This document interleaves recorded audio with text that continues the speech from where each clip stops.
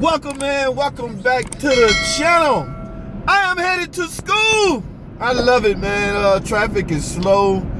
Man, I live in Atlanta, and sometimes it can take me a couple hours to get to school. Now, cats that live in Alabama, it take them 2 hours to get to school, and they traveling from out of town. Go figure. All right, I want to address a question I got yesterday from a subscriber. Well, at least I hope he a subscriber, because I love answering questions from subscribers. Hint, hint. All right, Miguel Garcia. I hope I'm pronouncing his name right. Miguel Garcia. He has a 2012 Chrysler Town and Country, Dodge Caravan, one of them. Anyway, 2012 model. Now he has a Misfire. He have a P0302. Everybody know what that is. P0302 Misfire in cylinder 2. He has done everything known to man. He has put in a new spark plug, put in a new coil. He even bounced the coils around. He even bounced the injectors around. So he has covered all bases from a secondary ignition point. Okay? So he's quite assured that his problem is not secondary ignition. Now, of course, after reading and researching, he came to the conclusion that it's time for a test called a compression test. Lo and behold, he get a compression gauge. Compression gauges are fairly inexpensive. Places like Harbor Freight. Matter of fact, y'all, check this video out right here that I did. The compression gauge I had to go get because, for the 3.6 engine. In fact, this is a 3.6 engine he's working on. There's a special spark plugs done become smaller now. The threads have become smaller, and none of my old compression gauge was able to run a compression test due to the size of the spark plug.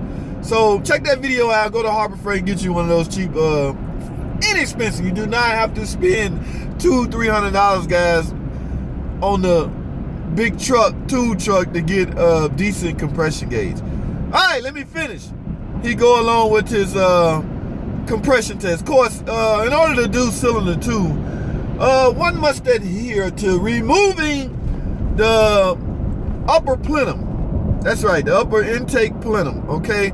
Now, I also got a video on how to properly remove that and install it. It's more, the installation procedure to the plenum is more important than the removal, because you can really mess up some installing it back. So check this video out right here, how to properly remove and install intake plenum.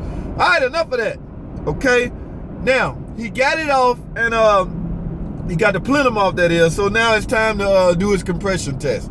All right, y'all. I'm coming up on this look like I'm driving, but I'm not looking at the camera, so don't panic. Let me go to the ad break real quick, make some real adjustment, and I'll be right back. All right, guys, I'm back. Thanks for tuning in. I had to clear that little hurdle, traffic hurdle.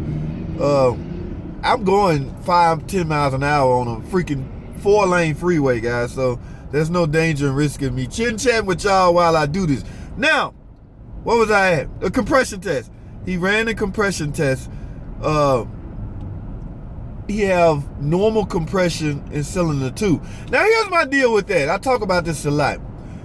You should not just go in and do a compression test on one cylinder. First of all, guys, follow me here now. You have nothing to compare it with. Okay, sure, you know the specs. Sure, you understand where you should be.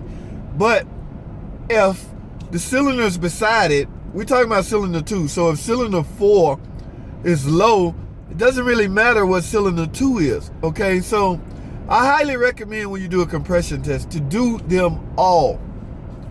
I know it's a little extra work, man, but you got to have something to compare that one cylinder, fault cylinder, or you got to have something to compare it with. So by doing all the cylinders, you will accomplish that. Okay. Now, just say that I'm gonna pull a number out of the sky, 150. Just say he had 150 in cylinder 2, and he go to cylinder 4, he have 148. Cylinder 6, he have 149. And you could assume that bank. Well, I still recommend you go on over to bank 1. You have the plenum off you right there. Go on over to Bank One and do those 3 cylinders, okay? Let's say all cylinders you between 140 and 150. Just say that's the case, all right? So, now you can assume your engine balance is up to par. You right where you need to be, okay? So he said he did that. He had normal compression, put everything back together, drove it 80 miles level. 80 miles later, ding, ding, ding, ding, checking the light back on, P0302, all right? Now he's not sure what's going on. Now, I let him know that the cylinder head on the 2012 model has some defaults in it. In fact, Chrysler extended the warranty on that year model, 2011 through some early built 2013, okay? They call it, it's not a recall, people, so don't go to the dealer asking them, I got a recall on my van for a cylinder head. I want a cylinder head. It's not gonna happen. It's simply in a warranty extension. They simply extended the powertrain warranty on your cylinder head because it's a known defect in those cylinder heads, okay? So you gotta be careful how you try to manhandle the dealership. They could easily say, you know, it's at their discretion, so it do you no good to go in there angry. All right, let me finish. Now, I let him know that, quite frankly, he had already did some research and found out that. But he having a hard time getting the dealer to cover for that. Now, his question to me was, should he do a leak down test? Yes, because that is one of 2 tests that the mechanic at the dealership is supposed to do to verify that your cylinder head is the problem. Okay, now let me back up a little because he mentioned he have a ticking noise. Let me alert you people of something. Let me alert y'all of something. A ticking noise. Can a ticking noise cause a misfire? People, yes. Yes, and I will explain why. I'm coming up on another phone getting ready to die. I will explain why in a second. Let me charge this phone up real quick, and I'm gonna come back. I'm gonna explain how a rocker arm or how a ticking noise can affect misfire. All right, stay tuned. Don't go anywhere. I will be right back. All right, I'm back, people. Yes. A rocker arm, a broken rocker arm, a worn cam lobe can in fact cause a misfire. If you understand how engines work, or at least the valve train part, their camshaft have lobes on it that essentially turn and open and close valves, okay? If that's not happening in any particular cylinder, you could have a misfire. Yes, that could cause your misfire. So, just say you have a misfire, but you have a ticking noise. You have to get that ticking noise repaired. Because like I say, it could in fact be causing your problem, which is the misfire. Now, if you go to the dealer, first of all, they're gonna charge you checkout charge. They're gonna charge you diagnostic charge because again, this is only a warranty extension. So they need to check your car over to see if your head qualified. Now, if they go in and check your car, run a compression test and a leak down test, and they both pass, then yeah, and they hear a ticking noise, and yeah, they're gonna blame that on the valve train problem you have.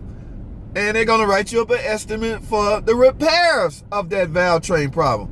And you're gonna be out of diagnostic time, and you're gonna be out of, you're gonna have an estimate on the repairs on something you could have already have done. So, I guess the moral of the story is do not hightail it to the dealership unless you have all your ducks in row, how you say that? Unless you have everything, your preliminary checks already together, okay? Because they're gonna check. They don't want their warranty expenses raised from just giving out cylinder heads to people that don't really need it. So a lot of dealers are trying to keep their warranty expenses down.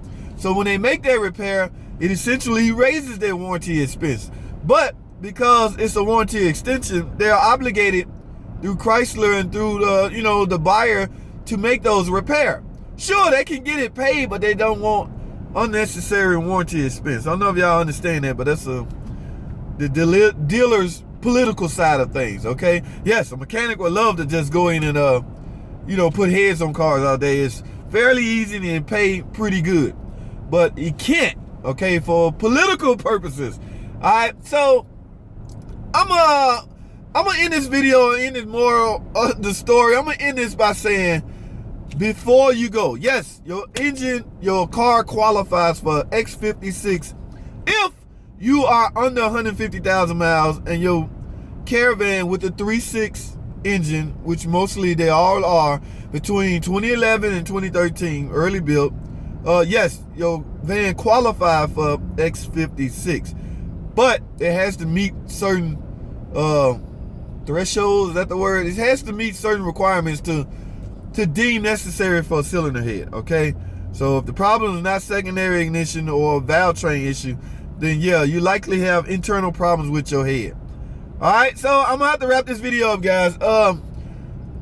Did I answer his question? I wanna make sure I answered your question. I wanna make sure I gave you as much, not advice, as much, wanna make sure I told you what you need to know before you go in there. I covered that, yes. If you have a valve train problem, you might wanna get that looked at first.